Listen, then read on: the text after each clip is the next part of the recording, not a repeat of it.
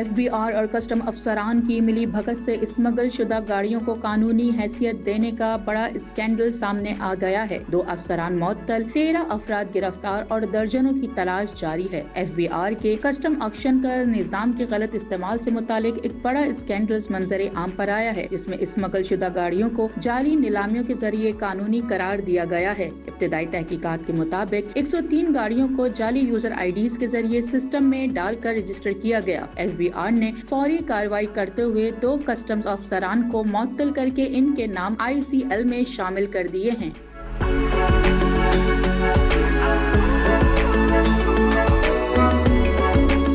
Custom enforcement نے مختلف شہروں میں کارروائی کر کے 13 افراد کو گرفتار کیا ہے، جبکہ مزید مشتبہ افراد اور گاڑیوں کی تلاش جاری ہے۔ معاملے کی سنگینی کو دیکھتے ہوئے FBR نے FIA کو مجرمانہ تحقیقات کی درخواست دے دی ہے اور IB اور ISI سمیت دیگر اداروں پر مشتمل مشترکہ تحقیقاتی ٹیم کی تشکیل کی تجویز بھی دی گئی ہے۔